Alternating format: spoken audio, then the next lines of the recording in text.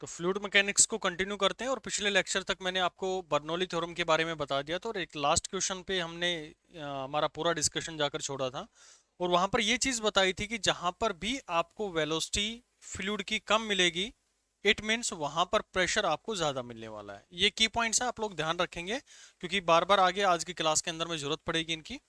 दूसरा, अगर वेलोसिटी मेरे पास में ज्यादा है किसी भी पॉइंट पर, अगर मैं दो पॉइंट्स को कंपेयर कर रहा हूँ, एक पॉइंट ये है और एक पॉइंट यहाँ पर है, अगर लिक्विड जो है वो v1 वेलोसिटी से यहाँ पर मूव कर रहा है और v2 वेलोसिटी से यहाँ पर मूव कर रहा है और मैं ये कहूँ कि v1 जो है वो हमारे पास में लेस है एज कंपेयर टू v2, तो आप ये कह सकते हैं, इस डायरेक्ट इनसे कंक्लूड कर सकते हैं जो हमने पिछले क्वेश्चन के अंदर में भी देखा था कि इस पॉइंट के ऊपर में प्रेशर जो है वो रहेगा हमारे पास में ज्यादा और यहाँ पर प्रेशर रहेगा वो रहेगा कम।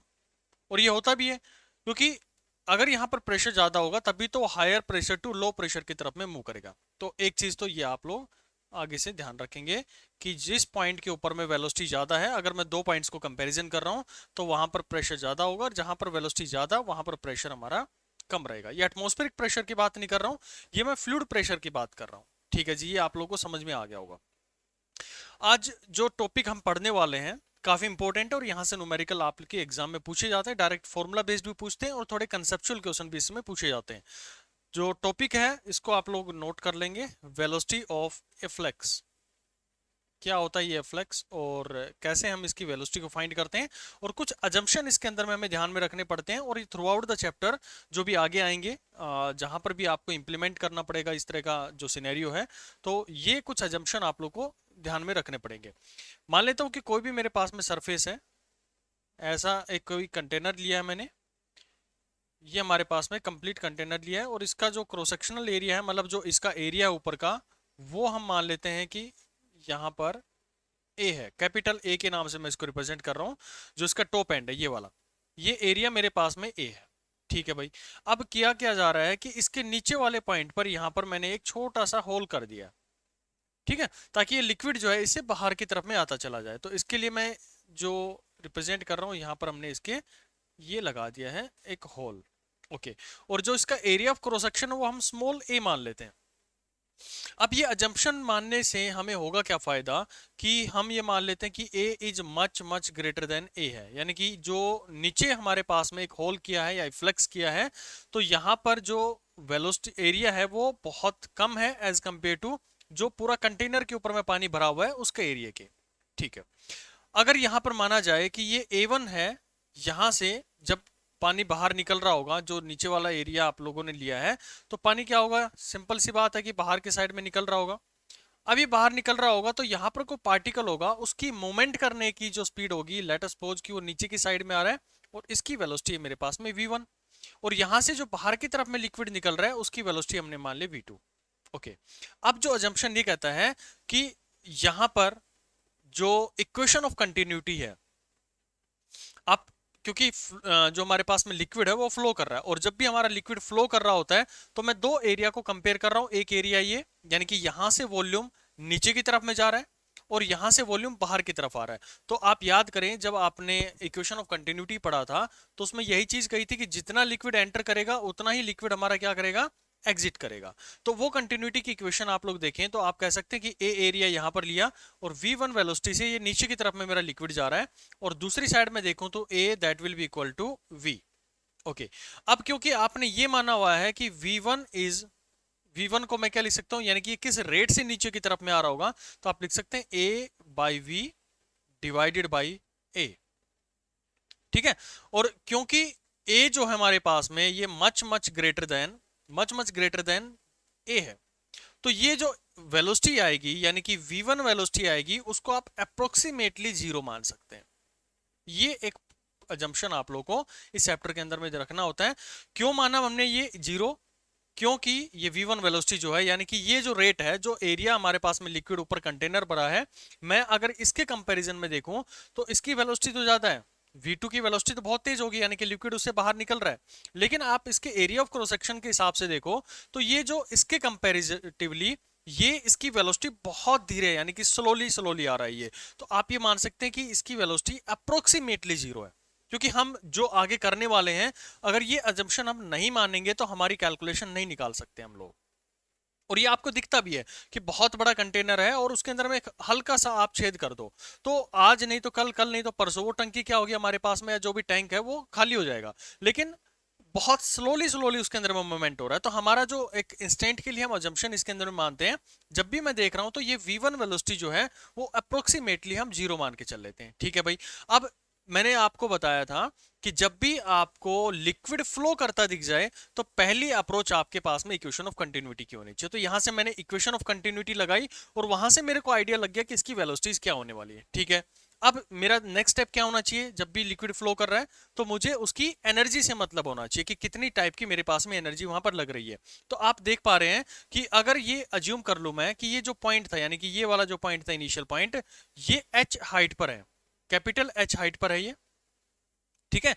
और अगर इसकी टोटल एनर्जी की बात करें तो यहां पर आप लगाएंगे इसके अंदर में बर्नौली। ये एक बेसिक स्टैंडर्ड फॉर्मूला आपको बता रहा हूं, स्टैंडर्ड डेरिवेशन आप मान सकते हैं, स्टैंडर्ड आपके क्वेश्चन मान सकते हैं। इसी तरह से आपको इनकी अप्रोच करनी चाहिए, चाहे कैसा भी कंटेनर हो उसके अंदर में। अभी तो मैंने यहां पर होल किया है, अभी थोड़ी देर में देखना ऊपर भी होल करेंगे और इसको किसी फिर नेक्स्ट में हम क्या करेंगे, इसको किसी एक स्टूल वगैरह के ऊपर में या अर्थ से थोड़े लिफ्ट अप करके हम इसको रखेंगे। तो देखो बहुत बढ़िया लेवल के इसके अंदर में क्वेश्चन बनते हैं। लेकिन अप्रोच आप समझो कि अप्रोच क्या रखनी है।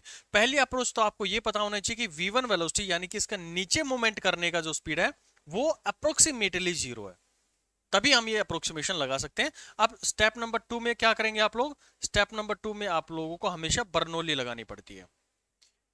कंटिन्यूटी से याद रखना, हमेशा वेलोसिटी हम फाइंड आउट करते हैं, या फिर कोई मेरे पास में खाली इक्वेशन ऑफ कंटिन्यूटी तक ही क्वेश्चन सीमित है तो वहां पर आपसे क्रॉस सेक्शनल एरियाज को लेकर बात करेगा।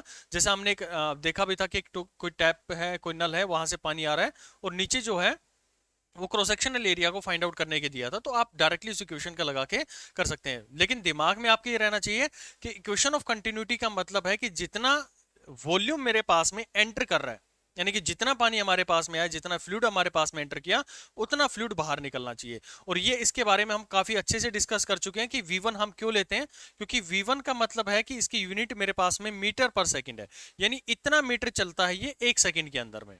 अगर कोई टाइम मेरे पास में देता, dt टाइम देता, तो मैं इसे dt से मल्टीप्लाई कर देता। तो इससे ये समझ में आता है कि हमारे पास में एरिया हो गया और v यहां पर हम क्या करते हैं, इसकी मीटर यूनिट से मल्टीप्लाई कर देते हैं, तो एरिया इनटू में लेंथ, तो ये हमें जो प्रोवाइड करता है दिस इज वॉल्यूम, ये हमारे पास में वॉल्यूम प्रोवाइड किया जाता है। तो ये डायरेक्ट इक्वेशन आप a इंटू में v1 से भी कैलकुलेट कर सकते हैं। ठीक है। ये अप्रोच मैंने यहां पर बेसिकली मैंने मल्टीप्लाई किया एरिया और लेंथ को, लेकिन वो लेंथ मुझे डायरेक्टली तो पता नहीं होती है, तो इसके लिए मेरे पास वेलोसिटी का एक पैरामीटर होता है जिसको मुझे यूज करना चाहिए। तो वेलोसिटी मैंने यूज करी है, तो यहां से आप लोग देख रहे हैं कि ये वॉल्यूम आ गया। ठीक है। अब अप्लाई बर्नौली करते हैं। तो बर्नौली कहां से कहां तक लगती है, जहां पर बर्नौली मेरे पास में एंटर कर रहा है, यानी कि इस पॉइंट से मैं लेकर और इस पॉइंट तक बर्नौली लगा सकता हूं। यानी कि यहां पर लिक्विड जो है बाहर निकला है और जहां से एंटर कर रहा है, दो सेगमेंट हम उसके अंदर में डिसाइड करते हैं। जो आपने देखा था कि लिक्विड कुछ इस तरह से हमारे पास में आ रहा था और ये इस सेगमेंट से बाहर निकल रहा था। तो जो सेगमेंट पीछे से प्रेशर लगा रहा होगा ये वाला, यानी कि ऊपर से प्रेशर लग रहा है इस पॉइंट के ऊपर में, और बाहर जो निकल रहा है ये वाला, यानी कि इस पॉइंट पर जो निकाल रहे हैं, तो दो पॉइंट मेरे पास में हमने इस पूरे सेगमेंट के कंसीडर किए। तो दोनों पॉइंट पर हम बर्नौलीज का यूज करते हैं। और बर्नौली बड़ी खूबसूरत शब्दों में हमें ये कहती है कि जो प्रेशर एनर्जी है प्लस में जो हमारे पास में रो जी एच ए, यानी कि जो उसकी पोटेंशियल एनर्जी है, प्लस में हाफ रो वी स्क्वायर, ये वी स्क्वायर होता है, वेलोसिटी होती है, ये हमारे पास में कांस्टेंट फैक्टर बना होता है, इसी का हमें यूज करना होता है। ओके। अब देखो यहां से मैं शुरू करता हूं इस पॉइंट से, जो अपने ए पॉइंट यहां से माना हुआ है, ये जो v1 वेलोसिटी से मूव कर रहा है, तो इस पॉइंट पर आप लगाओ तो ऊपर से पड़ने वाला प्रेशर कौन सा होगा, क्योंकि ओपन है मेरे पास में कंटेनर, तो मैक्सिमम मेरे पास क्या आ सकता है, उसका एटमॉस्फेरिक प्रेशर उसके ऊपर में डेवलप हो सकता है। तो मैंने लिख दिया जी पी नोट। ओके। अब आते हैं इसके पोटेंशियल एनर्जी पे, यानी कि ये जो पॉइंट है जिसको मैं कंसीडर कर रहा हूं, जो v1 वेलोसिटी से नीचे मूव कर रहा है, हालांकि v1 जो है वो अप्रोक्सीमेटली हमने जीरो मान रखी है, लेकिन कुछ तो पोटेंशियल एनर्जी होगी ना वहां पर, अगर वो रुका हुआ भी है तो पोटेंशियल एनर्जी तो है, बस काइनेटिक एनर्जी वहां पर नेग्लिजिबल हो जाएगी, नहीं जीरो हो जाएगी। तो रो हमारे पास में जो भी फ्लूइड हमने यूज किया उसका रो आ गया, जी में कोई चेंज नहीं आएगा, एक्सेलरेशन ड्यू टू ग्रेविटी आ गई। और ये पॉइंट जो आपने रेफरेंस माना हुआ है, अब ये रेफरेंस पॉइंट मैंने क्या माना था इसके अंदर में, ये माना हुआ है, ध्यान रखना इस पॉइंट को कि रेफरेंस पॉइंट में आगे भी चेंज करूंगा तो आपको रेफरेंस पॉइंट से अपनी उस साइड को कैलकुलेट करना है। तो ये रेफरेंस पॉइंट पे आपने लगाया और ये वैल्यू आ गई आपके पास में एच, कैपिटल एच आ गया। ओके। अब देखो, अब यहां पर खेल आता है जो हमने इक्वेशन ऑफ कंटिन्यूटी का यूज कर कर सीखा था। इक्वेशन ऑफ कंटिन्यूटी ने ये कहा था कि जो वॉल्यूम वेलोसिटी है वो अप्रोक्सीमेटली जीरो है, तो आप लगाओ इसकी हाफ रो v1 स्क्वायर। अब ये v1 क्योंकि क्या हो गई हमारे पास में जीरो अप्रोक्सीमेटली है, तो इस वैल्यू को मैं क्या कर सकता हूं, डायरेक्टली कैंसिल आउट करके जीरो भी पुट डाउन कर सकते हैं, लेकिन हमें तीनों एनर्जीज का यूज करना आना चाहिए। ओके, अब देखो ये तो मेरा यहां से जो सेगमेंट में फ्लूइड था, जो प्रेशर एनर्जी जिस पे लग रही थी, अभी वहां पर आपको ये भी चीज समझाई गई थी कि ये कैसे भी लगाया जा सकता है। आपको दो चीजें देखनी होती है, कहां से एंटर कर रहा है और कहां से मेरा लिक्विड एग्जिट कर रहा है। तो यहां पर लिक्विड जो था वो एंटर किया और यहां से एग्जिट कर रहा है। यहां पर सिनेरियो ये है कि ये लिक्विड ऊपर से नीचे की तरफ में फ्लो कर रहा है, तो आप जो एंटर कर रहा है ये वाला एरिया मानो, एग्जिट वाला ये एरिया मान सकते हैं। तो दोनों ही पॉइंट पर हमारी टोटल एनर्जी जो हो इंटर कन्वर्जन होगी, लेकिन थ्रू आउट वो कांस्टेंट रहेगी। तो जितनी एनर्जी इस पॉइंट पर थी वो आप नीचे आते आते किस में हो जाएगी कन्वर्ट, वो पोटेंशियल एनर्जी जो हो प्रेशर एनर्जी में कन्वर्ट हो जाएगी। साथ ही साथ वो एक काइनेटिक एनर्जी का भी रूप ले लेगी, जो कि v2 वेलोसिटी से बाहर निकल रहा होगा। ठीक है भाई, अब इस पॉइंट पर आप देखो बाहर आकर, तो यहां से जब लिक्विड बाहर निकल रहा है, इस पॉइंट पर निकल रहा है, इस पॉइंट को नोट रखना हमेशा कि जब लिक्विड बाहर आ गया है, इस पॉइंट से बाहर आ गया है, तो उस पर कितना प्रेशर लगेगा भाई, एटमॉस्फेयर का प्रेशर लगेगा। लिक्विड जो है इस पॉइंट से, इस होल से बाहर आ गया है, बाहर आने के बाद में मैं सिनेरियो देख रहा हूं, यहां पर भी हम यही करते थे कि जब लिक्विड बाहर आ गया है तो यहां से इसके ऊपर में कितना प्रेशर पड़ रहा होता था, जब बर्नौली आपको समझाई थी, तो वो एटमॉस्फेयर यहां पर लगा रहा है उसके ऊपर, तो इस पॉइंट पर भी लगा एटमॉस्फेरिक प्रेशर पी नोट, इसके लिए हम कंफर्म हो गए। अब आ जाओ रो जी एच के ऊपर में, तो रो जी एच आप लोग देख रहे हैं कि जो रेफरेंस पॉइंट मैंने माना हुआ है, जहां पर मैंने रखा हुआ था वहीं पर ये पॉइंट रखा हुआ है, यानी कि एच हाइट तो कुछ बनती नहीं है, तो ये एच इस पॉइंट के लिए जीरो हो गया, तो आप लिखेंगे potential energy is equal to zero. अच्छा जी, अब नेक्स्ट आ जाओ, तो नेक्स्ट में आप देख रहे हैं कि इसके ऊपर में काइनेटिक एनर्जी आ गई, यानी कि जो प्रेशर एनर्जी थी वो तो हमारी क्या रही है, दोनों ही केसेस में सेम रही है। रोजीएस था इसके अंदर में पोटेंशियल एनर्जी, यहां पर काइनेटिक एनर्जी जीरो थी, क्योंकि वो स्लोली स्लोली मेरे पास में नीचे आ रहा था। लेकिन इस पॉइंट पर देखूं तो ये जो टोटल उसकी पोटेंशियल एनर्जी थी वो किस में कन्वर्ट होती जा रही है, वो उसकी काइनेटिक एनर्जी में कन्वर्ट हो रही है। तो आप यहां पर लिख सकते हैं हाफ रो v2 का स्क्वायर, यानी कि ये वेलोसिटी बाहर निकल रही है। अब हमें निकालना क्या होता है एग्जाम के अंदर में, हमें ये v2 निकालने के लिए बोला जाता है कि ये वेलोसिटी बताओ कि वेलोसिटी ऑफ रिफ्लेक्स, यानी कि इस पॉइंट से, इस पिन होल से जो पानी बाहर की तरफ में आ रहा है उसकी वेलोसिटी क्या होगी। तो छोटा सा कॉन्सेप्ट था जो कि मैंने दो चीजों का यूज करके आपको सिखाया। पहला आपको बर्नौली लिखना होता है, सॉरी पहला आपको इक्वेशन ऑफ कंटिन्यूटी लिखना आना चाहिए। कोई भी फ्लूइड है, कैसे भी कंटेनर के अंदर में, और उसके अंदर में होल है या फिर वो कहीं से फ्लो कर रहा है, तो आपके दिमाग में तुरंत क्लिक करना चाहिए कि पहला काम मुझे इक्वेशन ऑफ कंटिन्यूटी लगाना है, उसके बाद में मुझे बर्नौली लगाना है। और इक्वेशन ऑफ कंटिन्यूटी मुझे क्या प्रोवाइड करेगी, वो वेलोसिटी प्रोवाइड करेगी, क्योंकि हमने यहां पर एरिया जो बहुत वाइड माना हुआ है, तो इसके लिए मेरे लिए ये वेलोसिटी जो हो अप्रोक्सीमेटली जीरो आएगी। लेकिन कोई ऐसा स्टैंडर्ड क्वेश्चन और बन के आएगा जब हम न्यूमेरिकल्स करेंगे, तो आप देखेंगे कि वैल्यू का कोई ना कोई वैल्यू वहां पर आएगा, यानी कोई न्यूमेरिकल वैल्यू आ सकती है या किसी वेरिएबल की फॉर्म में आपसे पूछ सकते हैं, तो वो आपको देखना पड़ेगा कि एरिया आपने कितना लिया हुआ है। ठीक है, अब इसको मैं सोल्व आउट करता हूं। जब आप इसको सोल्व आउट करेंगे तो यहां पर हम जो सोल्व करेंगे तो आपके पास में जो निकल कर आएगा v that will be equal to 2gh। अब ये v क्या है, ये जो v2 माना था ना, उसी को मैंने एक स्टैंडर्ड नाम दे दिया है। यहां से जो v2 आप मान रहे थे, इसको आप v के बराबर भी मान के चल सकते हैं। ठीक है, तो ये बेसिकली एक स्टैंडर्ड क्वेश्चन था, और इसके अंदर में जो पूछा गया है ये, इसको हम जानते हैं वेलोसिटी ऑफ एफ्लेक्स। ठीक है, इसको वेलोसिटी ऑफ फ्लेक्स के नाम से जानते हैं। आप ये ध्यान रखना कि ये h हम ले कौन सा रहे हैं, इस h के ऊपर में, ये बाकी तो आप लोग कर लेंगे, √2gs आप सभी को ध्यान में आएगा, लेकिन ये h हमारा होता है जो आपने रेफरेंस पॉइंट माना हुआ है, वहां से कितनी हाइट आपने ली है। अब नेक्स्ट क्वेश्चन करेंगे तो उसमें और आपको अच्छे से समझ में आएगा। चलो देखते हैं इसको। नेक्स्ट क्वेश्चन इसी के अंदर में थोड़ा सा एड ऑन करता हूं, और सेम वही सिनेरियो हम चलाएंगे। एक मेरे पास में ये हमने होल कर दिया इस पॉइंट के ऊपर में, और इसमें लिक्विड भरा हुआ है, हमारा पूरा लिक्विड भरा हुआ है ये।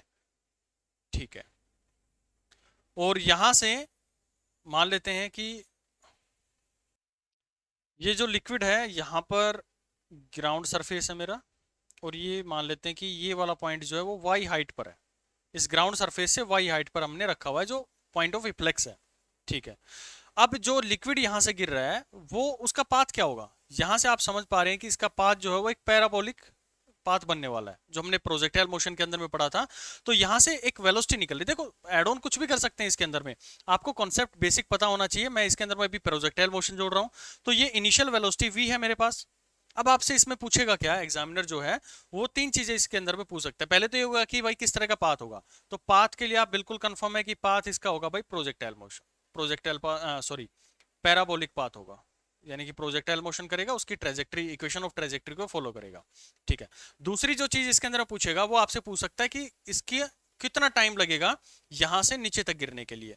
तो आपने जब प्रोजेक्टाइल मोशन पढ़े थे या फिर अंडर ग्रेविटी आपने फॉल करवाया था, तो वहां से आपने टाइम कैलकुलेशन किया था और उसी से के साथ में लिंक करते हैं।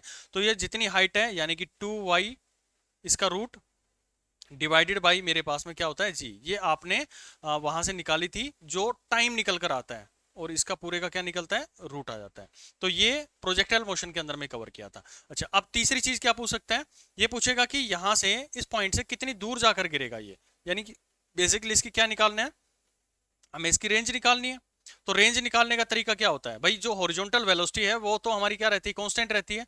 तो इनिशियल हॉरिजॉन्टल वेलोसिटी का कंपोनेंट कितना v, तो ये v through out the motion हमारे पास कांस्टेंट रहने वाला है, यानी कि अलोंग द हॉरिजॉन्टल प्लेन ये किस वेलोसिटी से मूव करेगा, ये मूव करेगा v वेलोसिटी से।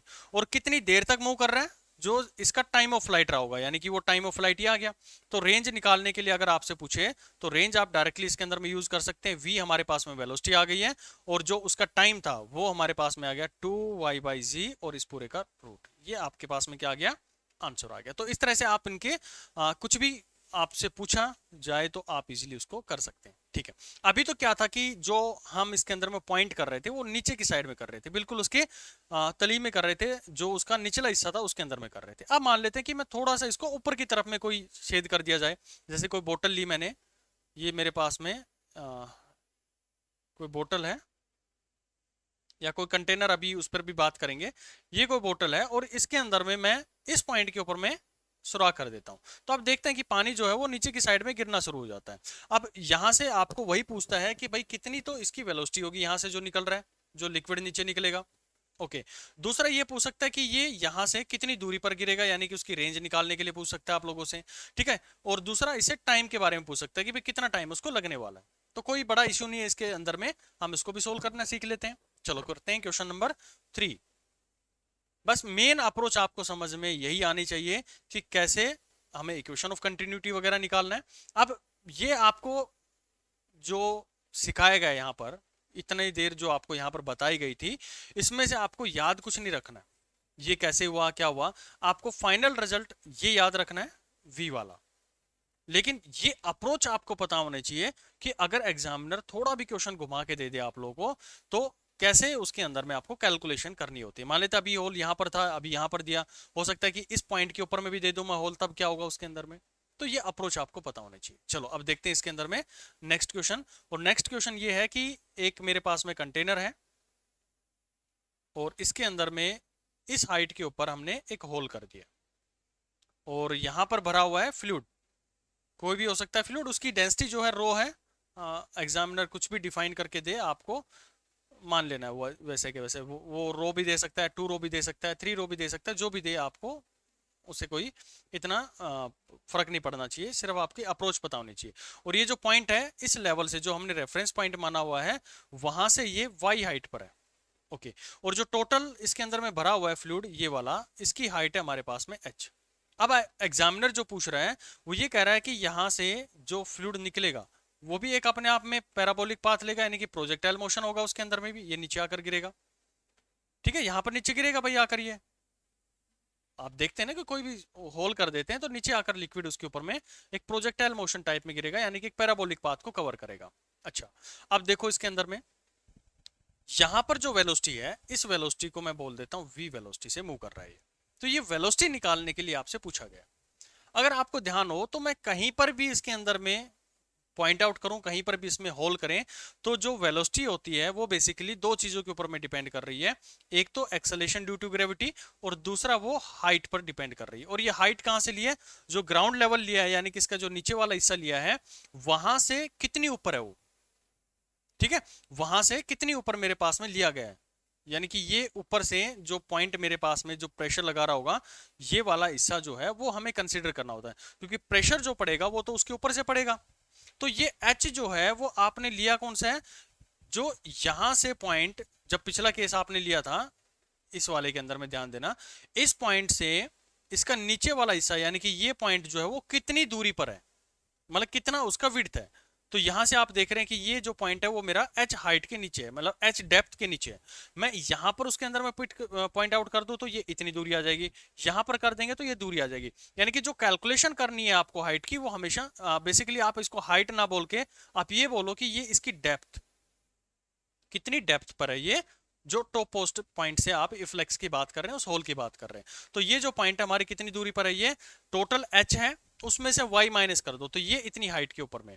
तो v वेलोसिटी जो आएगी that will be equal to 2g, total h हमारे पास में था ये वाला, और उसमें से y माइनस कर देंगे तो ये इसका ऊपर से लगने वाला जो प्रेशर होगा वो ये लगा रहा होगा। इतना ही तो लिक्विड है इससे ऊपर वाला, इससे ऊपर जो लिक्विड है वही तो प्रेशराइज कर रहा होगा, वही वेलोसिटी डेवलप कर रहा होगा इसके अंदर में। तो यहां पर आप लिखेंगे h माइनस में y, और इस पूरे का क्या आ जाता है हमारे पास में, रूट आ जाता है। तो इस क्वेश्चन के अंदर में ये निकल कर आ जाएगा। अगर आपसे कोई इसका पूरा अप्रोच पूछ ले, कोई सब्जेक्टिव टाइप में आप लोगों से पूछ दे, तो आपको वही काम करना है।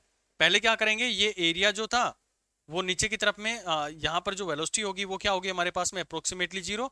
तो आप वहां से जो निकल के आएगी उस पूरे सिनेरियो से अप्रोक्सीमेटली जीरो आ जाएगी, क्योंकि आपने ये माना था A is much much greater than A था।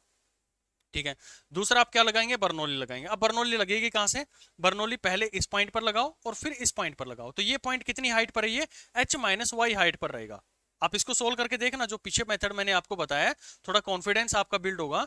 ये जो बर्नौली आपने लगाई है, यहां पर आप प्रेशर एनर्जी पी नोट लग रहा है, बाहर निकलेगा तो भी पी नोट है।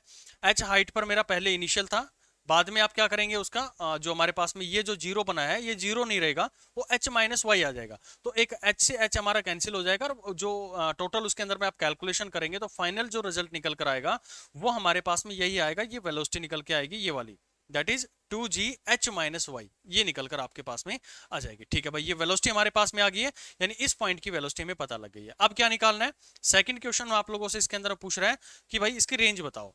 तो रेंज निकालने का क्या, सॉरी इसका आप टाइम ऑफ फ्लाइट निकाल लो पहले, तो आपको थोड़ा सा इजी हो जाएगा।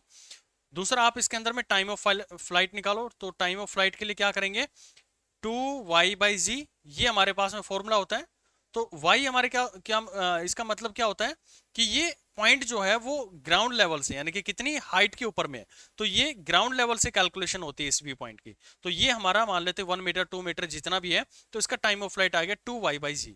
अब रेंज पूछी जाएगी, तो रेंज के लिए क्या कर सकते हैं आप, कितना वेलोसिटी से मूव किया x डायरेक्शन में, और कितने टाइम के लिए वो मूव किया, यानी कि t टाइम के लिए मूव कर रहा है।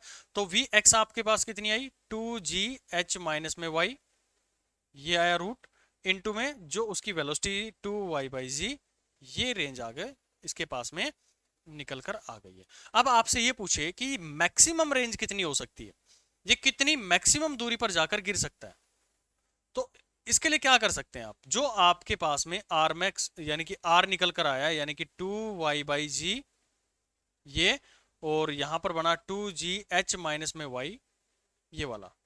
अगर ये मानो कि ये जो आर मैक्स हो सकता है, इसका जो मैक्सिम आएगा, यानी इसको मैं डिफरेंशिएट कर दूं that will be equal to 0, तो वो इसकी आर मैक्स वैल्यू हो सकती है। जब आप इस पूरे को इंटीग्रेट डिफरेंशिएट करेंगे तो आपके पास में जो आंसर निकल के आएगा that will be equal to h minus में y। इसका जो मैक्सिमम वैल्यू होगा उतनी मैक्सिमम रेंज वो एक्वायर कर सकता है।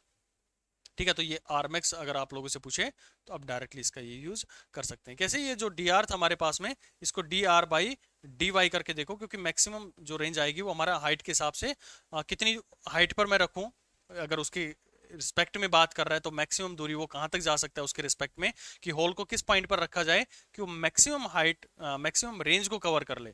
तो ये हमारे पास में आती है वाई, यानी कि कितना आपने ग्राउंड लेवल से उठा रखा है, एच कितना आपने फ्लूइड भर रखा है, और वाई जो आपने कितनी हाइट के ऊपर में उस पॉइंट को डिसाइड किया हुआ है। तो तो ये y आ गया हमारे पास में।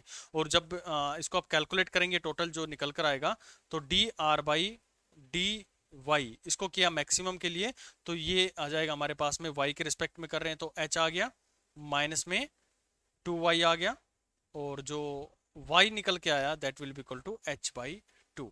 यानी कि h बाई 2 हाइट पर आप ये होल कर देंगे इसके अंदर में, ये टोटल हाइट इसकी मान लेते 10 मीटर है, तो 5 मीटर के ऊपर में अगर मैं होल कर दूंगा तो ये मैक्सिमम रेंज जो है वो कवर कर लेगा। ठीक है, तो ये टोटल जो आपने निकाला है इसका जो मैक्सिमम हमारे पास में आया है वो उसको आप सोल्व करेंगे तो जी से जी कैंसिल हो गया, टू, और ये हमारे पास में क्या बचा y, क्योंकि इक्वल टू जीरो करेंगे तो ये जाकर उस साइड में क्या हो जाएगा, जीरो क्वांटिटी हमारे पास में बन जाएगी, तो ये आ गया 2y, और ये आप देखेंगे इसके अंदर में वाई एच माइनस वाई, और इसका जो डिफरेंशिएशन आएगा विद रिस्पेक्ट टू वाई, यानी कि हाइट वाइज मैं किस हाइट पर इस होल को रखूं कि मैक्सिमम रेंज को कवर कर ले, तो आप वाई के रिस्पेक्ट में इसको क्या कर रहे हैं, डिफरेंशिएट कर रहे हैं। तो डिफरेंशिएट करने के बाद में जिस पॉइंट पर ये जो वैल्यू है वो हमारी जीरो बन जाए तो वो मैक्सिमम दिखाएगा, यानी कि उसके बाद में वो वेरी कर ही नहीं रहा है, तो जो वैल्यू आई हमारे पास y that will be equal to h by 2 आएगा।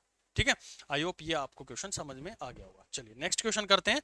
अब इसमें और भी क्वेश्चन डाले जा सकते हैं कि इस पॉइंट को मैं किसी एक स्टूल के ऊपर में रख दूं और बोल दूं कि इतनी h हाइट के ऊपर में और उठा। चलो मैं क्वेश्चन आपको देता हूं, आप लोग एक बार उसको ट्राई जरूर करें। ठीक है, ये हमारे पास में पॉइंट है, यहाँ पर मैंने इसका होल कर रखा है, और ये हाइट जो है ये y ले ली है, टोटल ये जो हाइट ली गई है यहाँ से h है, और यहाँ से नीचे जो रखा गया है यानी कि ये दूरी जो है वो h बाई 2 है। ठीक है, ये h बाई 2 हमने मानी हुई है, तो वही चीज़ आपको बतानी है कि क्या तो इसका वेलोसिटी होगा v निकालना आपको पहली चीज़, तो दूसरा कितना मैक्सिमम रेंज हो सकती है वो रेंज आपको फाइंड आउट करनी है, कितनी हाइट पर मैं रखूं कि ये मैक्सिमम जो है वो रेंज को कवर कर ले। ठीक है, वाई हाइट आपको ये कैलकुलेट करनी है। चलो नेक्स्ट क्वेश्चन करते हैं। अब अभी तक हमने एक फ्लूइड के बारे में बात करी थी, अब दो फ्लूइड इसके अंदर में हम इंसर्ट कर देते हैं। नेक्स्ट क्वेश्चन जो है वो ये है कि ये हमारे पास में फ्लेक्स ले लिया, यहाँ से जो लिक्विड है वो बाहर निकल रहा है विद वेलोसिटी v, ये वेलोसिटी v आपको कैलकुलेट करनी है, और इसमें हमने भरा हुआ है फ्लूइड, एक फ्लूइड ये भरा हुआ है, और दूसरा जो फ्लूइड है इसका पार्टीशन में कर देता हूँ ये, और नीचे इसमें भर देते हैं दूसरा फ्लूइड, ये दूसरा फ्लूइड भरा हुआ है। एक की डेंसिटी मान लेता हूँ रो है, और दूसरे की डेंसिटी है वो हमारे पास में 2 रो है। ये जो हाइट है ये जिस हाइट तक भरा पड़ा है ये 2h है, और ये जिस हाइट तक भरा हुआ है इसकी हाइट हमारे पास में h है। तो आपको कैलकुलेट करना है फाइंड v, ये आप कैलकुलेट करें, ये h है, ये वाला हिस्सा इतना यहाँ से लेकर यहाँ तक का, ये 2h हाइट तक भरा हुआ है, यानी कि टोटल हाइट 3h है, उसमें h हाइट हमारा एक फ्लूइड भरा हुआ है जिसकी डेंसिटी रो है, दूसरा जो है 2 रो भरा हुआ है फ्लूइड जिसकी हाइट 2h तक वो है, तो आपको यहाँ से फाइनली v कैलकुलेट करना है। चलो करो इसको सोल्व। तो हो गया होगा सोल्व, नहीं हुआ है तो चलो इसको सोल्व करते हैं। देखो इसके अंदर में एक छोटी सी चीज़ ध्यान रखना कि आपने कैलकुलेशन करना सीखा कि ऊपर से मान लेते हैं कि एक पूरा जो कंटेनर है उसके अंदर में फ्लूइड भरा हुआ है, और इस पॉइंट के ऊपर में प्रेशर जो था वो हमारे पास में पी नोट प्रेशर लग रहा था जो एटमॉस्फेयर के कारण लगता था, और यही एटमॉस्फेरिक प्रेशर को आप नीचे की तरफ में ट्रांसफर करते थे, यानी कि लेयर वाइज लेयर वो हमारे पास में आ रहा था पी नोट, और फिर आप लिखते थे कि ये जो लिक्विड है ये रो भरा हुआ है, कितना उसका ग्रेविटी ये हो गया, और h हमारे पास में उसकी हाइट से मतलब होगा, तो यानी कि टोटल आप इस पॉइंट के ऊपर में प्रेशर जो कैलकुलेट करते थे वो करते थे रो जी एच, यानी कि पहला तो एटमॉस्फेरिक प्रेशर, और फिर जहां तक वो फ्लूइड भरा हुआ है उसकी हाइट को कैलकुलेट करते हुए ये प्रेशर नीचे की तरफ में ट्रांसफर कर रहा है, और कितना ट्रांसफर किया इसके अंदर में, ये टोटल h हाइट पर ट्रांसफर कर गया। अब यहां पर थोड़ा सा सिनेरियो चेंज हो जाएगा, क्योंकि इस केस के अंदर में आप समझो जो फ्लूइड है मेरा यहां पर वो केवल इतना भरा हुआ है, अभी मैं नीचे वाले फ्लूइड को भूल जाता हूं, और ये प्रेशर जो है इस पॉइंट तक आएगा, ये हमारे पास में h हाइट तक जो ऊपर वाला यानी कि रो वाला है वो भरा हुआ है, ऊपर से एक एटमॉस्फेरिक प्रेशर लग रहा है जिसको आप पी नोट नाम देते हैं, और जो ये फ्लूइड दूसरा यहाँ पर रो वाला भरा हुआ है इसकी जो हो गया रो जी एच, ये प्रेशर डेवलप कर रहा है क्योंकि h हाइट तक वो भरा हुआ है। अब क्योंकि नीचे तो इस डेंसिटी का कोई लिक्विड है नहीं, तो ये जितना प्रेशर इस पॉइंट तक लेकर आ गया है यही प्रेशर नीचे कॉन्टिन्यूसली ट्रांसफर हो जाएगा, यानी कि इस पॉइंट पर आ जाएगा। फिर से समझो इस पॉइंट को, ये प्रेशर रो जी एच, इस पॉइंट की बात करूं तो यहां पर प्रेशर है पी नोट प्लस रो जी एच, इस पॉइंट के ऊपर में, क्योंकि नीचे जो है वो दूसरी डेंसिटी का बड़ा हुआ है, यानी कि टू रो डेंसिटी का बड़ा हुआ है, तो ये प्रेशर डायरेक्टली ट्रांसफर हो जाएगा नीचे। जैसे इस केस में हुआ कि इसके टॉप लेयर पे था, वही प्रेशर नीचे की तरफ में आया पी नोट, और जो फ्लूइड था वो थ्रू आउट द लेयर आया रो जी एच। ठीक उसी तरह से आप ये मान लो कि ये टोटल प्रेशर इस पॉइंट पर था, वो टोटल यहां पर ट्रांसफर हो जाएगा। तो नीचे वाला जो प्रेशर है, नीचे वाला जो फ्लूइड है वो भी अपना एक प्रेशर लगाएगा, तो उसका प्रेशर यहां पर पड़ेगा उसके फ्लूइड के कारण में, और वो कितनी हाइट पर भरा हुआ है, वो 2h हाइट भरा हुआ है, और कितनी डेंसिटी का, 2 रो डेंसिटी का। ठीक है, यहां पर आओ अब इस क्वेश्चन को सोल्व करते हैं। तो मैं वही कहानी यहां पर समझा रहा था आप लोगों को कि मैं इस पॉइंट पर प्रेशर को कैलकुलेट करूं, तो पहला तो एक एटमॉस्फेरिक प्रेशर जो ऊपर से लग रहा है वो ट्रांसफर हुआ, यानी कि पी नोट इस पॉइंट पर जो था वो थ्रू आउट नीचे की तरफ में ट्रांसफर हो गया। अच्छा, अब मैं नीचे ट्रांसफर किया तो ये मुझे लिक्विड मिला, और कितनी हाइट तक, एच हाइट तक मिला। तो हम ये जोड़ सकते हैं इसके अंदर में रो जी एच, एच हाइट तक जुड़ा। अब इस पॉइंट पर आने के बाद में ये तो खत्म हो गया, इसका तो कोई इफेक्ट होगा नहीं, वो बस ट्रांसफर होता चला जाएगा, उसके अंदर में कुछ जुड़ेगा नहीं। अब ये तीसरा फ्लूइड आया, यानी दूसरा फ्लूइड आया ये वाला, ये कितनी हाइट तक है, तो ये अपना एक प्रेशर डेवलप करेगा और इस पॉइंट पर वो लगाएगा, क्योंकि ये पूरा एरिया तो एक ही है ना, नीचे वाला क्रॉस सेक्शनल एरिया तो पूरा उस कंटेनर का है, उस ऑब्जेक्ट का है, तो ये थ्रू आउट वहां पर लगेगा। लेकिन मैं इसको थोड़ा अलग अलग करके दिखा रहा हूं ताकि आपको इजीली समझ में आ जाए। तो पहली चीज उसका डेंसिटी, यानी कि 2 रो डेंसिटी का है, कितनी हाइट तक भरा हुआ है, 2h हाइट तक भरा हुआ है, यानी कि 2h हाइट हो गई है। और हमारे पास में इसमें और क्या कैलकुलेट करना है, जी जी आ गया हमारे पास में, ये कोई इसके अंदर में चेंज आएगा नहीं। ठीक है, तो टोटल जो प्रेशर बना ये वाला, ये प्रेशर लग रहा है जो कि इस लिक्विड को बाहर निकलने के लिए फोर्स कर रहा है। तो ऊपर से लगने वाला प्रेशर यहां पर क्या करेगा, बाहर की तरफ में निकालेगा। तो ये आपने जो पूरी कैलकुलेट करी है, ये बेसिकली उसकी पोटेंशियल एनर्जी को कैलकुलेट किया है। यानी आप बर्नौली लगा रहे हैं इसके अंदर में, वो चीज हमने समझ ली है कि जो फ्लूइड है, पहली इक्वेशन ऑफ कंटिन्यूटी मैंने लगाई इसके अंदर में, तो उससे एक आइडिया लगा कि V1 जो है वो अप्रोक्सीमेटली 0 आएगी, यानी कि फ्लूइड जो ऊपर से नीचे आ रहा है बहुत स्लोली आ रहा है, तो उसको आप डायरेक्टली इसके अंदर में रख सकते हैं। उसको ना भी लिखें तो कोई जरूरत नहीं है, आप डायरेक्टली बर्नौली भी उसके अंदर में इंसर्ट कर सकते हैं।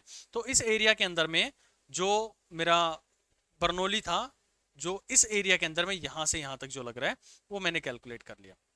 अब यहां पर आप देखें तो प्रेशर एनर्जी जो रहेगी वो पी नोट रहेगी, यानी कि बाहर की साइड जो जा रहा है वो भी कितना लगेगा, ये पहली इक्वेशन बनी है। अब यहां से जो बाहर निकाल रहा है वो पी नोट प्लस रो जी एच, क्योंकि वो हॉरिजॉन्टल सरफेस पर ही है ये पॉइंट, क्योंकि यही हमने ग्राउंड लेवल माना हुआ है, तो वो होगी 0 उसकी पोटेंशियल एनर्जी। अब आया क्या, उसकी काइनेटिक एनर्जी। तो काइनेटिक एनर्जी के लिए क्या कर रहा है, हाफ। अब ध्यान देना ये पॉइंट जो भी बड़ा क्रूशल पॉइंट है, ये हाफ आ गया। निकल कौन सा रहा है लिक्विड, रो डेंसिटी का निकल रहा है या 2 रो डेंसिटी का निकल रहा है, भाई इस पॉइंट के टच में है कौन सा लिक्विड, यहां से। तो यहां पर तो 2 रो डेंसिटी का टच में है ना, तो वो लिक्विड बाहर आएगा, तो मैं काइनेटिक एनर्जी लूंगा किसकी, 2 रो डेंसिटी वाले की। तो ये आ गया 2 रो। अब किसी के दिमाग में आना चाहिए जी थोड़ी देर के बाद में तो रो भी आ जाएगा, भाई आएगा, लेकिन मैंने उसको क्या माना हुआ है, वो उसकी वेलोसिटी अप्रोक्सीमेटली 0 है। तो वो कब आए मुझे नहीं पता, मेरे लिए जो इंस्टेंट सामने दे रखा है मैं उस पर्टिकुलर इंस्टेंट पर बात कर रहा हूं। ठीक है, तो अभी लिक्विड जो बाहर निकलेगा वो 2 रो निकलेगा। Most crucial point of this question यही है, यहीं पर सबसे ज्यादा गड़बड़ी होती है कि आप डेंसिटी जो है वो रो मान लेते हैं एक फ्लो में, क्योंकि आपने यहां पर रो लिखा, यहां पर रो लिखा, आपके दिमाग में सिर्फ रो चल रहा होता है और 2 रो इसके अंदर में आप खाली रो लिख देते हैं। तो उस गलती से बचें और इसको थोड़ा सा ध्यान में रखें। और जो बाहर निकल रही है वेलोसिटी वो हमारे पास में आ गई v²। ठीक है, आप इसको इक्वेट करेंगे इक्वेशन 1 और इक्वेशन 2 को, तो क्या होगा, पी नोट से पी नोट कैंसिल, और ये 2 से 2 कैंसिल हो गया है। आप इस पूरे सिनेरियो को देखेंगे तो 2 4 5, तो टोटल हमारे पास में इधर जो बना है वो बनेगा v², that will be equal to 5gh। और जब खाली v निकालने के लिए आपसे पूछा जाएगा, यानी कि जो बाहर वेलोसिटी निकल रही है इसकी, तो वो रहेगी 5gh, इसके ऊपर में लगा देंगे रूट। ये आपका आ गया आंसर। ठीक है, अब देखो आप फेमिलियर हो गए ना इसके अंदर में कि मेरे लिए इक्वेशन ऑफ कंटिन्यूटी का सिर्फ इतना यूज है कि वो अप्रोक्सीमेटली 0 है।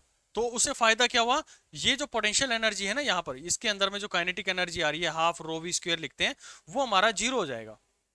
बस इतना सा यूज होता है काइनेटिक जो इक्वेशन ऑफ कंटिन्यूटी का।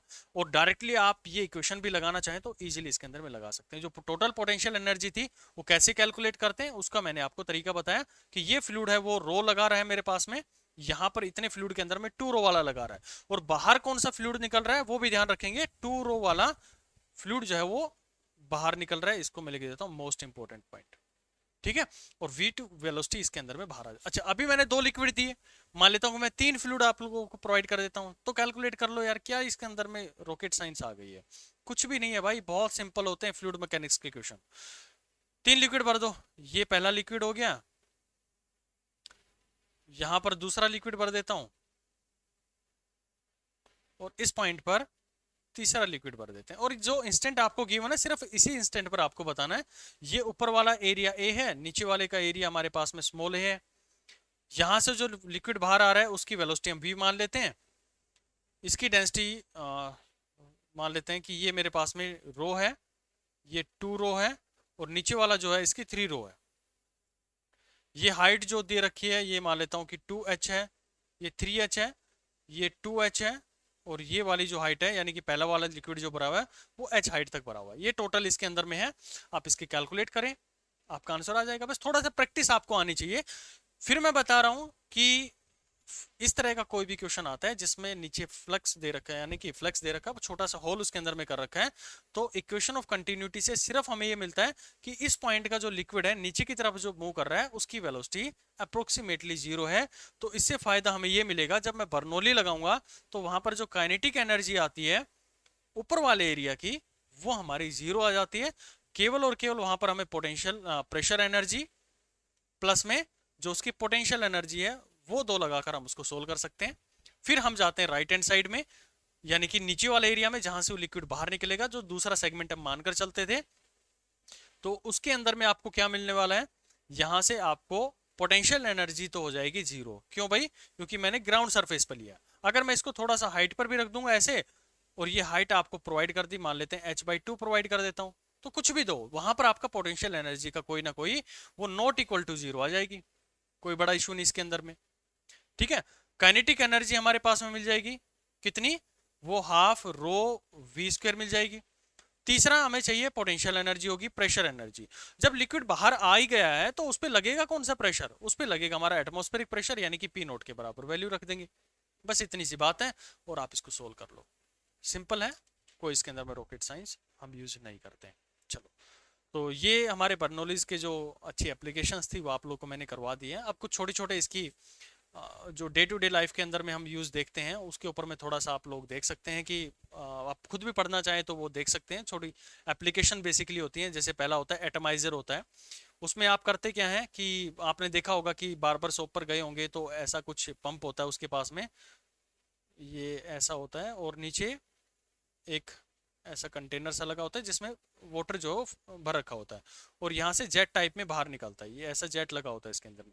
तो बेसिकली जब हम इसको प्रेस करते हैं तो होता क्या है, ध्यान से सुनना इसको।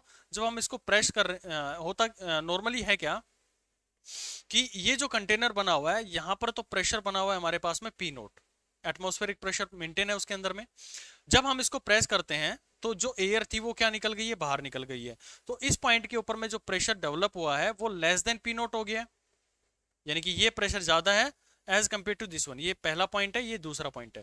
तो pressure at point 1 is greater than pressure at point 2। तो लिक्विड का जो फ्लो हो जाएगा वो कहां से आ जाएगा, ऐसे फ्लो होता हुआ बाहर की साइड में इस जेट से वो बाहर आ जाएगा। तो एटमाइजर के अंदर में भी हम इसी फॉर्मूले के इसी प्रोसीजर का हम यूज करते हैं। बेसिकली ये जो कैलकुलेशन आई है वो जो एयर वाला आया है हमारे पास में, हम इसके अंदर में भी बर्नौली का यूज करके देख सकते हैं, लेकिन आपको ये प्रिंसिपल जो है वो थोड़ा सा हल्का सा पता होना चाहिए। नेक्स्ट एक अच्छा मीटर आता है हमारे पास में, उसको हम जानते हैं वेंचुरी मीटर के नाम से, वेंचुरी मीटर के नाम से भी जानते हैं। आप देखना चाहें तो इसको देख सकते हैं थोड़ा सा। देखो इसके अंदर में होता क्या है, कुछ इस तरह का डिजाइन होता है, ये हमारे पास में बना होता है ऐसा, और ये ऐसे उठ के ऐसे जा रहा है। अब इसमें ना थोड़ा सा मिसकंसेप्शन आप लोग को क्या होता है कि आपको ये लगता है कि ये जो ट्यूब है ना ये यहाँ पर शेप के अंदर में चेंज हो रहा है, मतलब ये जो आपको दिख रही है यहाँ से गई ये नीचे की तरफ में आ गई है, ये फिर हमारा उठ के ऊपर के तरफ चला गया। लेकिन एक्चुअल में ऐसा नहीं होता है। ये 3D के अंदर में मैं आपको दिखाऊं तो 3D में कुछ ऐसा होता है। यहाँ पर एक और पाइप हम निकालें, ये वाला हमारा बेसिकली मैनोमीटर है ये, ठीक है। जो ट्यूब आपने पढ़ी थी मैनोमीटर, प्रेशर उसके अंदर में चढ़ता है जो, ये मैनोमीटर ट्यूब हमने इसके अंदर में लगा दिए। तो बेसिकली है क्या, ये इस शेप में जा रहा है कि ऐसे जाके ये ऐसे होके बाहर के साइड में निकल रहा है। लेकिन 3D के अंदर में देखेंगे तो ये जो लेवल है ना इन दोनों के, हॉरिजॉन्टल सरफेस इनका, वो क्या है, दोनों सेम है ये, ठीक है। ये बीच में आपको दिख रहा है कि नीचे की तरफ में गड्ढा है, लेकिन ये ऐसा नहीं होता। ये बेसिकली एक वेंचुरी मीटर है जो कि पीछे कोई भी पाइप हमारे पास में लगा हुआ है, यानी कि जहां से फ्लो आ रहा है ये, और यहां से आगे की तरफ में क्या जा रहा है, फ्लो बाहर की तरफ में जा रहा है। तो ये दिख रहा है आपको कि बीच के अंदर में दबा हुआ है, ऐसा नहीं है। ये आप 3D के अंदर में देखेंगे तो ये जो ऊपर वाले लेवल है ना, ये दोनों हमारे एक ही लेवल पर बने होते हैं, ठीक है। अब देखो इसके अंदर में ये काम क्या आता है। ये जो काम है इसका, ये हमारे पास में मेजर करता है किसी भी पाइप के अंदर में, किसी भी सेगमेंट के अंदर में जो लिक्विड या फिर फ्लूइड भरा हुआ है उसकी वेलोसिटी को मेजर करता है बेसिकली। मैं इसमें डायरेक्टली आपको इसका फॉर्मूला बता दूंगा, ज्यादा इसके अंदर में डेरिवेशन जाने की जरूरत नहीं है, और फिर भी आपको डेरिवेशन के ऊपर में काम करना है तो मैं वो भी बता दूंगा, लेकिन वो कोई इतना आपके लिए यूज नहीं है। लगेगी वही जो इक्वेशन ऑफ कंटिन्यूटी है और बर्नौली है, सिर्फ दो चीजें ही लगेंगी, क्योंकि फ्लूइड मूव कर रहा है। पहला मेरा दिमाग में क्लिक है इक्वेशन ऑफ कंटिन्यूटी, दूसरा मुझे ध्यान है कि मुझे इसके ऊपर में क्या लगाना है, बर्नौली लगाना है। चलो मैं थोड़ा सा और कॉन्फिडेंस आपका बिल्ड करूंगा, इसको भी हम सोल्व करते हैं, पूरा सोल्व करेंगे इसके अंदर में, ठीक है।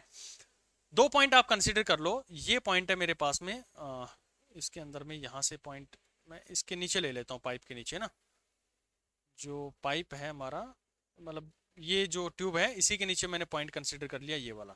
और दूसरा पॉइंट है वो भी इतनी हाइट पर है, अगर मैं इसको ग्राउंड लेवल मान के चल रहा हूँ, क्योंकि मैंने बताया कि दोनों ही हमारे क्या होते हैं, एक ही लेवल पर है, हॉरिजॉन्टल सरफेस है। दिखने में हमारा कुछ ट्यूब इस तरह से लग रहा है, 3D में आप देखोगे तो ट्यूब हमारा क्या है, बिल्कुल लेवल पर बना हुआ है, दोनों ही पॉइंट जो है वो लेवल पर बने होते हैं, ठीक है। अब ये जो वेलोसिटी है इस पॉइंट की, वो हम मान लेते हैं कि v1 वेलोसिटी से लिक्विड जो है इस पॉइंट में एंटर कर रहा है, क्योंकि ये थ्रू आउट जो सेगमेंट है वो इसी के साथ में अटैच हुआ।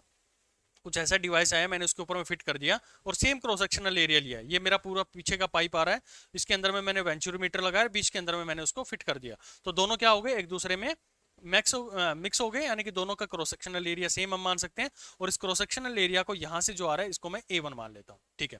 और यहाँ से जब लिक्विड निकल रहा है, इस पतली वाली पाइप यहाँ पे जो दिख रहा है, इसको मैं एरिया मान लेता हूँ A2, ठीक है। हॉरिजॉन्टल सरफेस पर दोनों का जो मैनोमीटर ट्यूब्स लगी हैं वो बिल्कुल सेम है, उनके अंदर में कोई भी डिफरेंस नहीं है। अच्छा, यहाँ जो वेलोसिटी निकल रही है इसको मान लेते हैं v2।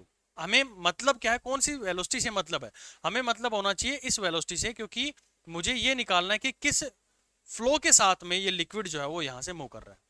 अच्छा, अब देखो इसके अंदर में पहली चीज मुझे क्या लगानी चाहिए, इक्वेशन ऑफ कंटिन्यूटी। तो लगाओ भाई इक्वेशन ऑफ कंटिन्यूटी। और ये इक्वेशन ऑफ कंटिन्यूटी हमें क्या बताती है, ये बताएगी कि आपको भाई दो सेगमेंट देखने, लिक्विड कहां से एंटर किया और कहां से एग्जिट किया। तो मेरे लिए ये है कि इस एरिया में v1 वेलोसिटी से मूव कर रहा है और a1 एरिया के अंदर में जा रहा है, और v1 से मुझे पता लगता है कि उसकी लेंथ एक सेकंड में कितनी लेंथ को कवर कर रहा है। तो ये पता चला a1 v1 यानी ये एरिया, दूसरा ये that will be equal to a2 v2। ये हमारे पास में इक्वेशन ऑफ कंटिन्यूटी आ गई। हम इसका आगे यूज करेंगे, जैसे जैसे मुझे वेलोसिटी को कोई कैलकुलेट करने की जरूरत पड़ेगी तो हम उसको यहाँ पर देख लेंगे। अच्छा, अब ये जो लिक्विड है, तो मैनोमीटर ट्यूब बेसिकली होती क्या है, यहाँ पर जो फ्लूइड है वो ऊपर की तरफ में चढ़ना शुरू हो जाएगा। यहाँ पर जितनी हाइट तक जितना प्रेशर होगा उतना इसके अंदर में चढ़ जाएगा। तो ये मान लेते हैं कि इस डायरेक्शन में जो फ्लूइड है वो h1 हाइट पर चढ़ गया, और इस डायरेक्शन में जाएंगे जब ये फ्लूइड यहाँ पर भी प्रेशर डेवलप कर रहा होगा, और ये जो प्रेशर है इसके अंदर में जो चढ़ा वो हम मान लेते हैं h2 हाइट पर वो प्रेशर जो जाकर चढ़ गया, ठीक है भाई। अब देखो इसके अंदर हम लगाते हैं इसका जो बर्नौली थ्योरम है।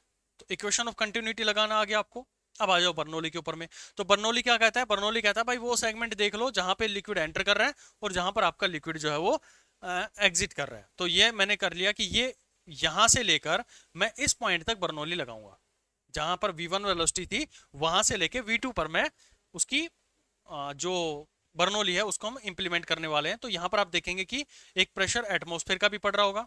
तो इन्हीं सब चीजों को हम जोड़ते हुए चलते हैं इसके ऊपर। चलो अब देखो जो एटमॉस्फेरिक प्रेशर ए पॉइंट पर पड़ रहा है, यानी कि ये मैं ए पॉइंट मान लेता हूं, ये पॉइंट मैं बी मान लेता हूं। तो ए पॉइंट पर जो टोटल प्रेशर पड़ रहा है that will be equal to P ए।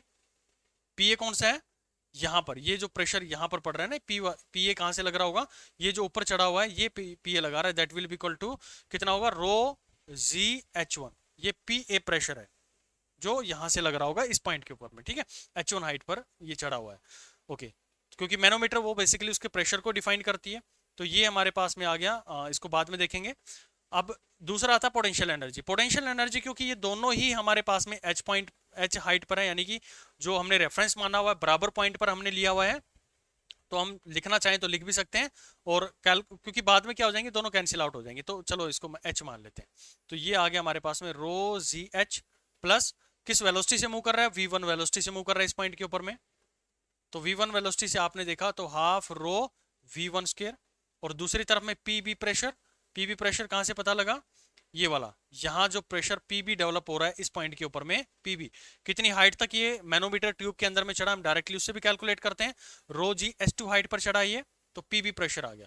तो pb प्लस में रो जी एच, क्योंकि वो इक्वल हाइट पर है दोनों, तो रो जी एच आ गया, प्लस में half rho V two square, क्योंकि उसकी वेलोसिटी जो है यहाँ से निकलने की वो v2 बनी हुई है। अच्छा, अब देखो इसको करो आप एक तरफ में लेके जाओ, तो ये आएगा पी ए माइनस में पी बी। बिल्कुल सिंपल है, मैं कुछ इसके अंदर में रॉकेट साइंस यूज नहीं कर रहा हूँ, जो हमने अभी तक चीजें पढ़ी हैं मैं उन्हीं का इंप्लीमेंटेशन यहाँ पर करता आ रहा हूँ। हाफ रो v2 का स्क्वायर माइनस में v1 का स्क्वायर, और ये जो आप कैलकुलेट कर रहे थे, जो रो जी एच वन माइनस में रो जी एच टू के हिसाब से कर रहे थे, तो ये आ गया रो जी, ये बाहर आ जाएगा एच वन माइनस में एच टू।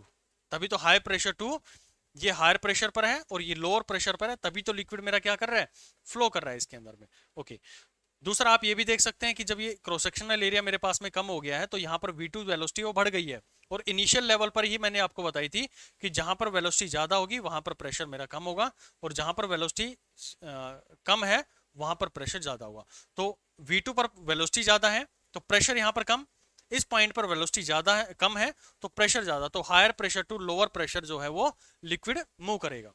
अच्छा, बर्नौली में आप कर रहे थे ये आपने बर्नौली का लगा दिया, और इधर आप करेंगे तो ये बनेगा हाफ रो, और v1 आप उसके अंदर से पुट डाउन करेंगे तो कॉमन जो आएगी v1 स्क्वायर, अंदर जो बचेगा a1 का स्क्वायर माइनस में a2 का स्क्वायर डिवाइड बाई a2 का स्क्वायर।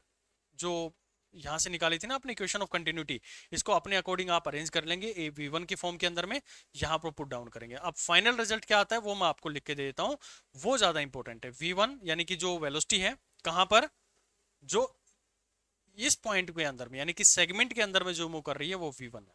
इस वेलोसिटी को अगर आप पूछ लेता है कोई तो 2g h1 माइनस में h2। अब ये h1 माइनस h2 क्या है, देखो ये लिक्विड इस ट्यूब में कितना चढ़ा और इस ट्यूब में कितना चढ़ा, दोनों के गैप को आप माइनस कर देंगे, मतलब दोनों की हाइट को आप माइनस कर देंगे, तो h1 माइनस में h2 यानी कि इतना गेज आपको ऊपर की तरफ में मूव कर गया, तो ये आ गया ये h1 माइनस में h2। दूसरा एरिया का स्क्वायर, दूसरा एरिया जो आपने लिया है यहाँ वाला, ये वाला एरिया, इसका स्क्वायर लेंगे आप लोग, और डिवाइड बाई जो दोनों आए हैं मेरे पास में a1 का स्क्वायर माइनस में बड़ा वाला एरिया a1 था, छोटे वाले एरिया a2 था, और इस पूरे का क्या लेंगे, रूट।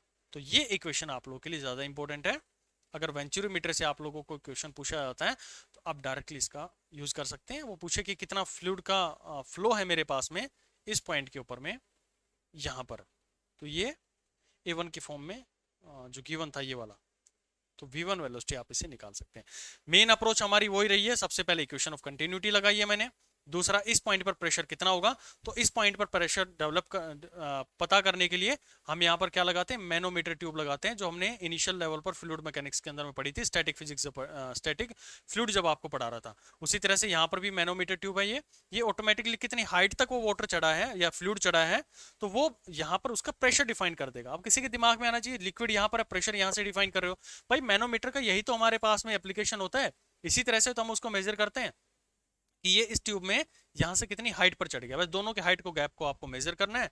ये आप लोग यहाँ से मेजर कर लेंगे, इस फॉर्मूले के अंदर में रखेंगे 2g, कितना गैप आया इनटू में जो छोटा वाला एरिया है उसको लिखेंगे, और दोनों का नीचे आप सब्सट्रैक्शन और रूट इसका आप लगा सकते हैं। तो ये हमारा था वेंचुरी मीटर। और भी बहुत सारी एप्लीकेशन इसके ऊपर में आ जाती है, जैसे पाइटो ट्यूब करके आती है, साइफन वगैरह आ जाता है। साइफन आप देख लो थोड़ा सा, उसके अंदर में कोई इतना बड़ा चीज नहीं है, सिंपल सा एक फॉर्मूला उसके अंदर में देखना पड़ता है।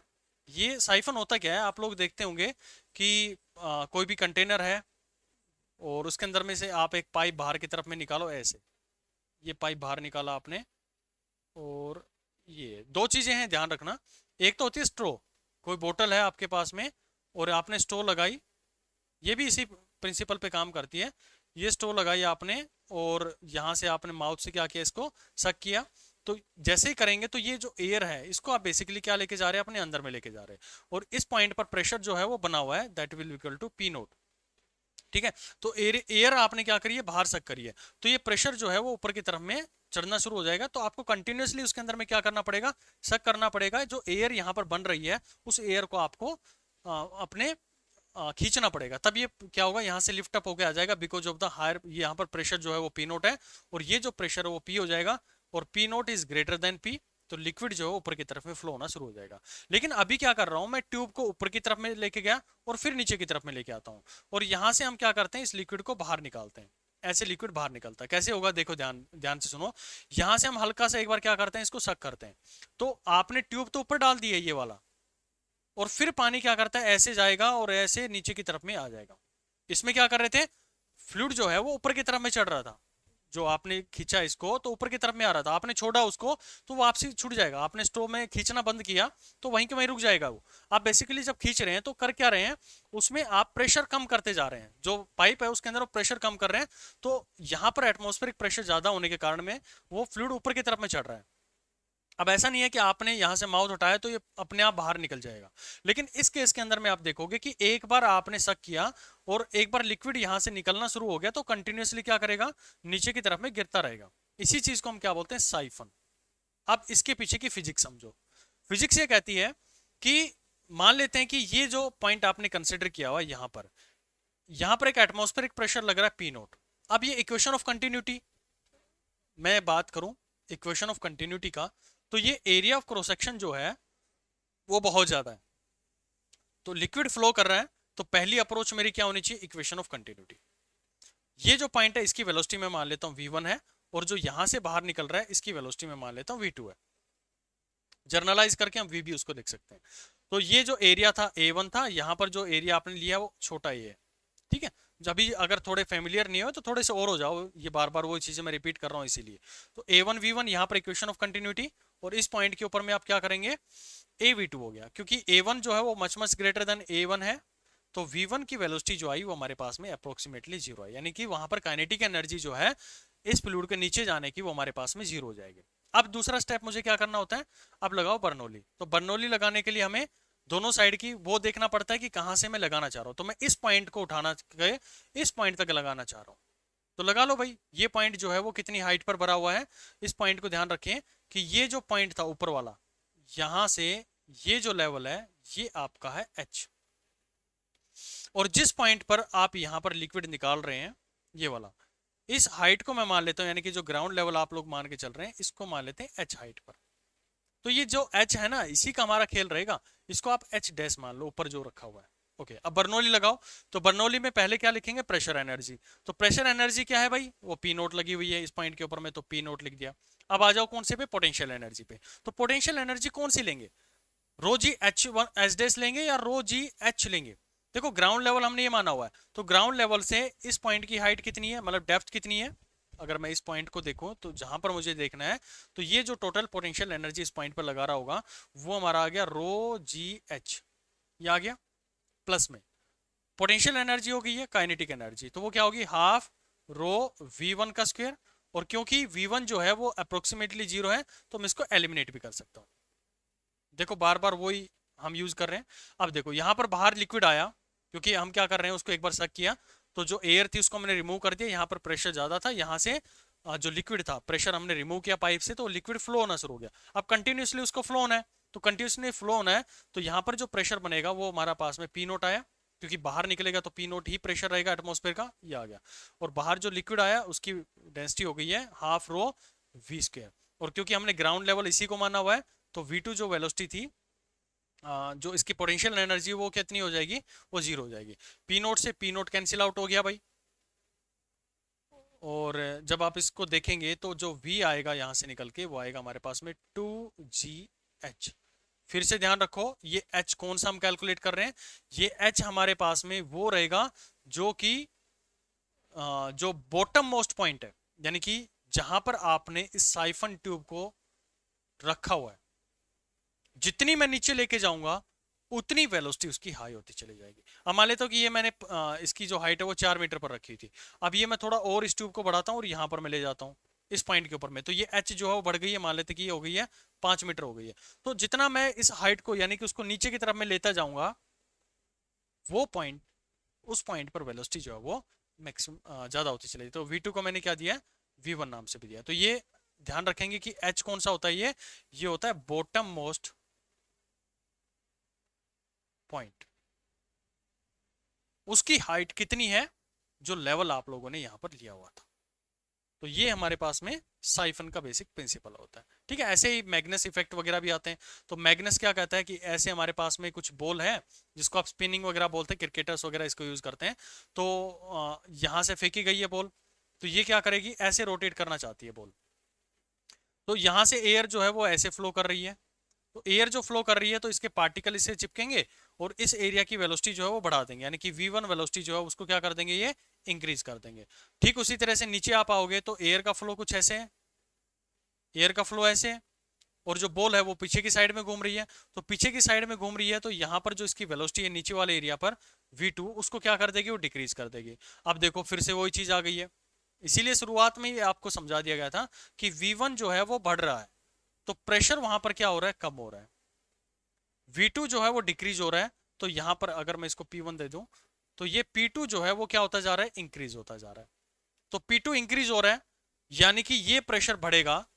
नीचे प्रेशर ज्यादा है, ऊपर प्रेशर हमारे पास में कम है। तो बॉल क्या करेगी, ऊपर की तरफ में लिफ्ट अप होना शुरू हो जाएगी। और इसी चीज को जैसे हमारे पास में क्या होती है, बॉल स्पिन हो जाती है। और इसी इफेक्ट को आप एक दूसरा नाम भी देते हैं, मैग्नस इफेक्ट देते हैं। वो बेसिकली इसी प्रेशर की वजह से होता है। ठीक है, उसी तरह से कई बार आप लोगों ने देखा होगा कि कोई आंधी तूफान वगैरह आता है तो जो छत वगैरह होती है वो उड़ जाती है। हालांकि सेफ साइड ये होती है कि हमें जब भी कोई आंधी तूफान आता है तो जनरली हम क्या कर देते हैं, जो घर होते हैं उनके अंदर में हम खिड़की वगैरह बंद कर देते हैं। तो आप ध्यान से थोड़ा सा ना एक फिजिक्स के स्टूडेंट की तरह सोचे।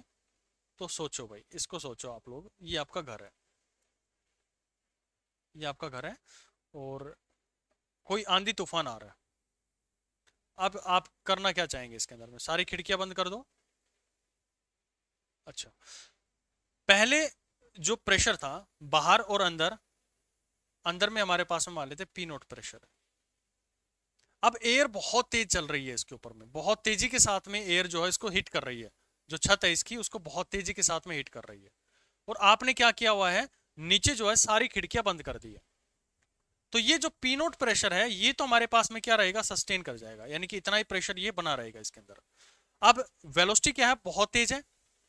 और जब बहुत तेज वेलोसिटी आ गई है तो वहां पर यानी कि इसकी छत के ऊपर में प्रेशर क्या हो जाएगा, वो डिक्रीज हो जाएगा। अब वही कहानी ऊपर कि अंदर प्रेशर बहुत ज्यादा बना हुआ है तो पी नोट जो प्रेशर है वो ग्रेटर हो जाएगा पी से, यानी कि अंदर घर के प्रेशर जो है बहुत ज्यादा हो जाएगा और ऊपर जो प्रेशर है वो क्या हो गया, कम हो गया। तो छत क्या करेगी, ऊपर की तरफ में उड़ जाती है। इसीलिए कहते हैं कि जब भी कोई आंधी तूफान आए तो खिड़की जो है वो बंद नहीं करनी चाहिए, खिड़कियां जो है वो खुली रखनी चाहिए। हालांकि हमारी जनरल प्रैक्टिस में यही होता है कि हम बंद कर देते हैं, क्योंकि ये उनके लिए होता है जो गांव देहात में जाते हैं ना, तो वहां पर जो छप्पर वगैरह पड़े रहते हैं, उनके अंदर में ज्यादा ऐसी चीजें देखते हैं, टीन वगैरह डाल रखी होती है उन्होंने, एज ए टेम्परेरी रेजिस्टेंस बना रखे हैं, जो गाय भैंस वगैरह के लिए बनाते हैं। तो वहां पर इस तरह से छतें उड़ जाती हैं, उसका बेसिक रीजन यही होता है। लेकिन हम जर्नल इसलिए बंद कर लेते हैं क्योंकि आजकल आप देख रहे हैं कि बिल्कुल जो लेंटर वगैरह डाल देते हैं तो उसमें उड़ने के इतने चांसेस नहीं होते। लेकिन पहले जो पुराने, अगर बात करें पुराने लोगों को, तो वो खिड़कियां वगैरह खुली रखते थे, उसके पीछे यही रीजन हुआ करता था। ठीक है, अनजाने में रखते हो, हालांकि उनको इतना नॉलेज इस बारे में नहीं था कि क्या फिजिक्स इसके ऊपर में लग रही है। आपको अभी प्रेशर इतना पड़ा है तब आपको समझ में आया। इसीलिए की पॉइंट मैंने शुरू में आपको बताया था कि वेलोसिटी वाला खेल हमेशा ध्यान रखना, ये आपको बार बार जरूरत पड़ने वाली है जहां पर वेलोसिटी बढ़ गई है। और इसके लिए मैंने, इसीलिए मैंने आपको पिछली क्लास में भी लास्ट का यही न्यूमेरिकल करवाया था कि वेलोसिटी को देख के आपको ये मिसकंसेप्शन नहीं बनाना है कि वेलोसिटी ज्यादा तो प्रेशर ज्यादा, वेलोसिटी ज्यादा प्रेशर हमारा कम हो गया। ठीक है, तो यहां पर हम अपना जो फ्लूइड मैकेनिक्स है वो खत्म करते हैं। स्टैटिक फ्लूइड मैकेनिक्स हमने देख लिया है। स्टैटिक देख लिया और एक्सेलेटेड फ्लूइड भी हमने देख लिया। और आज हमने जो पिछले 2-3 लेक्चर के अंदर में हमने जो फ्लो कर रहा है लिक्विड, यानी कि उसके ऊपर में कैसे इक्वेशन ऑफ कंटिन्यूटी लगाते हैं, कैसे बर्नौली वगैरह लगाते हैं, वो हमने सीख लिया है। नेक्स्ट जो हम इसके अंदर में टॉपिक पढ़ेंगे वो सरफेस टेंशन पढ़ेंगे और विस्कोसिटी के बारे में बात करेंगे। जो आप लोग बहुत सारे उसके अंदर में विस्कोसिटी को लेकर बनी हुई है, टर्मिनल वेलोसिटी वगैरह इस तरह की वेलोसिटी जो है वो उसके अंदर में एक्सप्रेशन हम बात करेंगे। काफ़ी इंपॉर्टेंट क्लास रहेगी वो, और काफ़ी न्यूमेरिकल उसके अंदर से पूछे जाते हैं। सरफेस टेंशन और विस्कोसिटी को मिलाकर हम उस पूरे चैप्टर को खत्म करेंगे। ठीक है, तो अभी आप क्या कर सकते हैं, जो भी आपको सीट्स वगैरह आपकी ऐप के ऊपर में प्रोवाइड करी गई है आप उनको अटेम्प्ट कीजिएगा, और जितना भी और न्यूमेरिकल्स होंगे वहाँ पर आप लोगों के लिए अपलोड कर दिए जाएंगे। ठीक है, वहाँ से आप इनको रिट्राइव कीजिएगा। थ्योरी जो पोर्शन आपको वहाँ पर प्रोवाइड है, एक बार ज़रूर थ्योरी को देखें, क्योंकि फ्लूइड मैकेनिक्स में हर टॉपिक का अपना इंपॉर्टेंस है। आपने शुरुआत करी जो हमारे पास में इसके पास्कल लॉज के थ्रू बात करी, फिर हमने देखा कि कैसे उसके अंदर में हम बायोन्सी का कंसेप्ट यूज़ करते हैं। बहुत बढ़िया लेवल पे हमने उसके न्यूमेरिकल्स को सोल्व किया, कैसे आपके इमेज तैयार करनी चाहिए वो आपको समझ में आया वहाँ से। फिर हमने जो एक्सेलेटेड फ्लूइड था उसको हॉरिजॉन्टली देखा, वर्टिकली देखा, डाउनवर्ड देखा, अपवर्ड देखा, फिर एक एंगल पर भी हमने उसको मूव करवा के देखा। तो हर लेवल पर हमने उसके न्यूमेरिकल्स को कंसिडर किया। फिर हमने फ्लूइड मैकेनिक्स जो है वो एक फ्लो कर रहा है, यानी किसी पाइप के अंदर में हम फ्लो करवा देते हैं, वो हमने सीखी। उसमें आपने क्या देखा कि हमें एक अप्रोच पता होनी चाहिए इक्वेशन ऑफ कंटिन्यूटी निकालने की। तो वो हमें ये कहता है कि जितना लिक्विड हमारा एंटर कर रहा है उतना ही लिक्विड हमारा बाहर निकलना चाहिए पर सेकंड। फिर अगर कोई टाइम हमारे पास में मेजरमेंट आ जाता है तो हम उस टाइम से मल्टीप्लाई कर देते हैं। लेकिन बेसिक जो कंसेप्ट आप लोग दिमाग में सेट करेंगे इक्वेशन ऑफ कंटिन्यूटी का, इसीलिए हम क्या कर देते हैं उसमें, आपने अगर अच्छे से गौर से इसको देखा हो तो मैंने हर क्वेश्चन के अंदर में A1 मतलब A1 V1 ऐसे किया है, और अगर कोई टाइम पीरियड गिवन था तो मैं उसको dt से मल्टीप्लाई कर दे रहा था। और दूसरी साइड भी बात करें तो A2 V2 और इधर भी dt से मल्टीप्लाई कर देते थे, तो ज़्यादा कोई इफेक्ट होता नहीं था क्योंकि dt आपस में कैंसिल आउट हो जाते थे। तो आपको ये समझ में आना चाहिए कि ये हमें क्या प्रोवाइड कर रहा है, मीटर पर सेकंड, यानी कि हर सेकंड में कितना जो वॉल्यूम है वो निकल कर आ रहा है, एरिया इंटू में लेंथ से मल्टीप्लाई कर देते हैं। तो वो हमारी इक्वेशन ऑफ कंटिन्यूटी से आई। फिर हम आए बर्नौली के ऊपर में, और बर्नौली ने तो हमारी सारी चीज़ें बहुत आसान बना दी हैं।